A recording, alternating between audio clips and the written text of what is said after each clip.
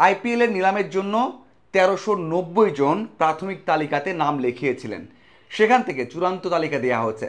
সেই চূড়ান্ত তালিকাতে আছেন ৩৫০ জন। বুঝতেই পারছেন এটা আইপিএলের নিলাম, ১৩৯০ থেকে ৩৫০। সেই তালিকাতে বাংলাদেশের 7 জন রয়েছেন। এটা অবশ্যই ভালো একটা বিষয়, 7 জন রয়েছেন। এবং সবচেয়ে মজার বিষয় বা আশাবাদী হওয়ার মতো একটা বিষয় হচ্ছে ৭৭ জন বিদেশি আছেন এই সংক্ষিপ্ত তালিকাতে বা চূড়ান্ত তালিকাতে। সেখান থেকে ৩১ জন দল পাবেন। মানে কতটা কতটা আশাবাদী আমরা হতে পারি, কারণ 7 জন রয়েছেন, ৭৭ জনের মধ্যে 7 জন বাংলাদেশি এবং সেখান থেকে ৩১ জন দল পাবেন। তার মানে আমরা বলতে পারি 2 থেকে 3 জন যদি সুযোগ পান সেটা অবাক করার কিছুই থাকবে না। তবে একটা কষ্টের বিষয় আছে বা খারাপ লাগার বিষয় আছে যে সাকিব আল হাসান প্রথমবারের মতো সংক্ষিপ্ত তালিকাতে ঢুকতে পারেননি বা চূড়ান্ত তালিকাতে ঢুকতে পারেননি। গেলবারও আমরা আলোচনা করেছি যে সাকিব শেষবারের মতো আইপিএলে দল পেতে পারেন, সুযোগ পেতে পারেন, তাকে কোনো না কোনো দল তার এক্সপিরিয়েন্সের জন্য নিতে পারে, সেটা নেয়নি। সবশেষ একটা ইন্টারভিউতে আমরা দেখেছি সাকিব নিজে বলেছেন যে আমার ক্রিকেট পার্টটা শেষের দিকে, শুধু জাতীয় দলে খেলে অবসর নিতে চান। এতে হয়তো আমরা দেখতে পাচ্ছি যে আর তাকে নিয়ে কেউ ভাবছে না বা সে নিজেও সেভাবে চেষ্টা বা আশা করেন না যে আইপিএলে দল পাবেন। এই যে ৩৫০ জন, এর মধ্যে ভারতীয় রয়েছেন ২২৪ জন এবং সেখানে আনক্যাপ রয়েছে 14 জন। এবং সবচেয়ে মজার বিষয় হচ্ছে বাংলাদেশ থেকে যে 7 জন আছেন তার মধ্যে একজন আনক্যাপ, এখনও জাতীয় দলেই খেলেননি। জাতীয় দলে না খেলেই, বাংলাদেশের জাতীয় দলে না খেলেই আইপিএলের চূড়ান্ত নিলামে গেছেন। সেটা হচ্ছে Rakibul Hasan. Under-19 world cup জিতেছেন। যখনই যে কোনো পর্যায়ে বাংলাদেশ ভারত খেলা হয় তখনই কিন্তু আমরা দেখি যে রাকিবুল ভালো করেন।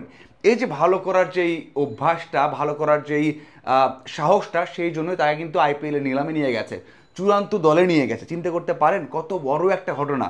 অবশ্যই রাকিবুলের জন্য বড় একটা আত্মবিশ্বাস পাওয়ার মতো কাজ এবং সবচেয়ে বড় খুশি হওয়ার একটা দিন মনে হয় আজকে, যখন তার নামটা প্রকাশ করা হয়েছে, সংক্ষিপ্ত তালিকা দেওয়া হয়েছে, সেখানে তার নামটা আছে।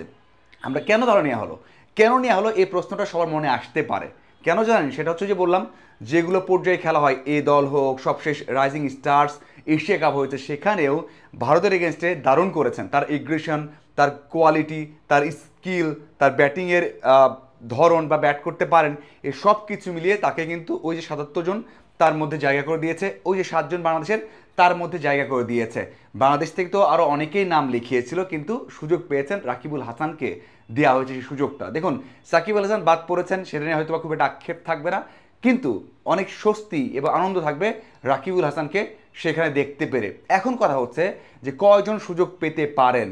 এই যে ৭৭ জন থেকে ৩১ জন, দেখুন এখানে ওইভাবে দেখলে আমরা বলতে পারি যে হ্যাঁ হয়তো 2 থেকে 3 জন পাবেন, কিন্তু যখন এটা আইপিএল, যখন এখানে সামান্য সামান্য পার্থক্য কাউন্ট করা হয়, তখন আপনি বলতে পারেন যে কঠিন হতে পারে। আমরা এইটুকু বলতে পারি যে মুস্তাফিজ দল পাবেনি, গতবার দল পাননি নিলাম থেকে, পরে ঠিকই খেলেছেন এবং ভালো করেছেন 3টা ম্যাচ, দল পাবেন এটা নিশ্চিত। তার যে ভিত্তিমূল্য আছে সেটা দিয়ে তাকে নেওয়ার কথা। দেখুন 7 জন কে কে সেটা একবার আপনাদেরকে জানাই। মুস্তাফিজ, রিশাদ, তাসকিন, সাকিব, জুনিয়র সাকিব, নাহিদ রানা, রাকিবুল এবং শরীফুল। এই যে তালিকা, এই তালিকার মধ্যে আপনি টপ লিস্টেড করতে পারেন 3 জনকে। একজন হচ্ছেন মুস্তাফিজ, যেটা আমি বললাম দল পাবেন, পেতে পারেন। একজন হচ্ছেন তাসকিন, আর একজন হচ্ছেন রিশাদ। এই 3 জনকে আপনি টপে রাখতে পারেন। একটু বলে নিই যে কার কত ভিত্তিমূল্য। দল পাওয়ার ক্ষেত্রে ভিত্তিমূল্যটাও ইম্পর্টেন্ট হয়ে দাঁড়ায়। মুস্তাফিজ যেহেতু লং টাইম খেলেছেন, আইপিএলে পারফর্ম করেন, যেহেতু ইমার্জিং প্লেয়ার হয়েছিলেন, তার ভিত্তিমূল্য রাখা হয়েছে 2 কোটি রুপি। এবার রিশাদকে রাখা হয়েছে 75 লাখ রুপি, তাসকিনকে রাখা হয়েছে 75 লাখ রুপি, তানজিম হাসান সাকিবকে রাখা হয়েছে 75 লাখ রুপি, নাহিদ রানাকে রাখা হয়েছে 75 লাখ রুপি, রাকিবুল হাসানকে রাখা হয়েছে 30 লাখ রুপি আনক্যাপড, এবং স্পিনার সেটে রাখা হয়েছে শরীফুল ইসলামকে রাখা হয়েছে 75 লাখ রুপিতে। এই যে একমাত্র মুস্তাফিজ সবচেয়ে বেশি রাখা হয়েছে, কারণ মুস্তাফিজকে আমি যেটা একটু আগে বললাম, তার এক্সপিরিয়েন্স, তার ওখানে বেস্ট হওয়ার একটা রেকর্ড আছে, ইমার্জিং প্লেয়ার হয়েছিলেন এবং গত আসেও ভালো করেছেন, সব কিছু মিলিয়ে তাকে বেশি দেবে, এটাই স্বাভাবিক।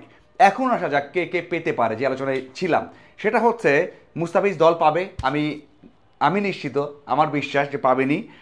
রিশাদ হোসেন তার পারফরমেন্স গেল 2 বছর অসাধারণ, গেছেন বিগ ব্যাশ খেলতে। যদি বিগ ব্যাশে 2-1টা ম্যাচ খেলার পরে এই নিলামটা হতো তাহলে নিশ্চিতভাবেই সুযোগ পেতেনই দল। কিন্তু 16 তারিখে নিলাম, ওই 16 তারিখেই রিশাদের ফার্স্ট ম্যাচ বিগ ব্যাশে, তার মানে তাকে ওখানে দেখার সুযোগ হচ্ছে না। তারপরেও গেল বছর 24 ম্যাচে 33 উইকেট, এই বছর 24 ম্যাচে 35 উইকেট, এছাড়া পিএসএলে ভালো করেছেন। এই যে তার ভালো করার যে একটা কন্টিনিউটি অথবা তার কনসিস্টেন্সি চলে এসেছে, সেজন্য তাকে দলে দেখতে পারি আমরা। গেলবারও ছিলেন নিলামে কিন্তু তাকে নেওয়া হয়নি বা সুযোগ পাননি।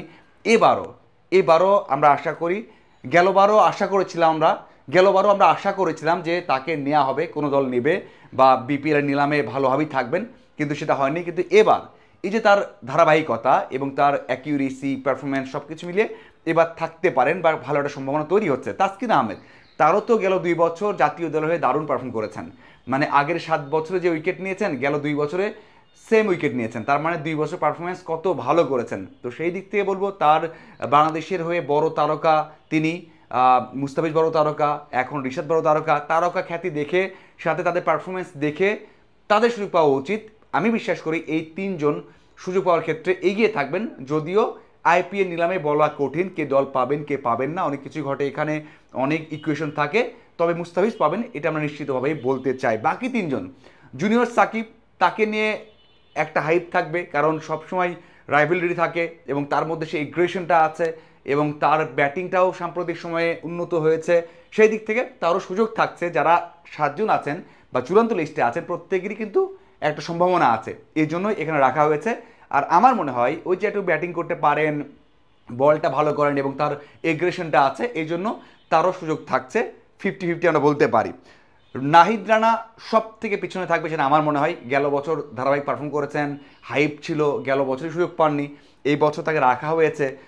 আমার মনে হয় তাকে নিয়ে হাইপটা কম থাকবে এবং তার সম্ভাবনাটা কম থাকবে। শরীফুল ইসলাম, তারও একই অবস্থা, যে তার মতো বোলার হয়তো ভারতে অনেক আছে, লেফটি পেসার আছে, সাথে হচ্ছে তার কনসিস্টেন্সির অভাব রয়েছে। তারপরেও যেহেতু লিস্টে আছেন, ওই যে বললাম সম্ভাবনা থাকবে, তবে নাহিদ রানা এবং শরীফুলের সম্ভাবনাটা কম থাকবে বলে আমার মনে হয়।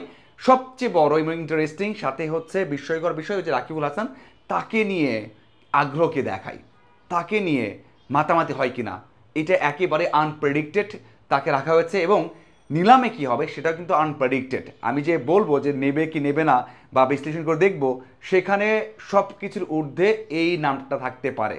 আমার মনে হয় সারপ্রাইজ কিছু ঘটতেও পারে বা সবার জন্য এটা সারপ্রাইজে আসতেও পারে।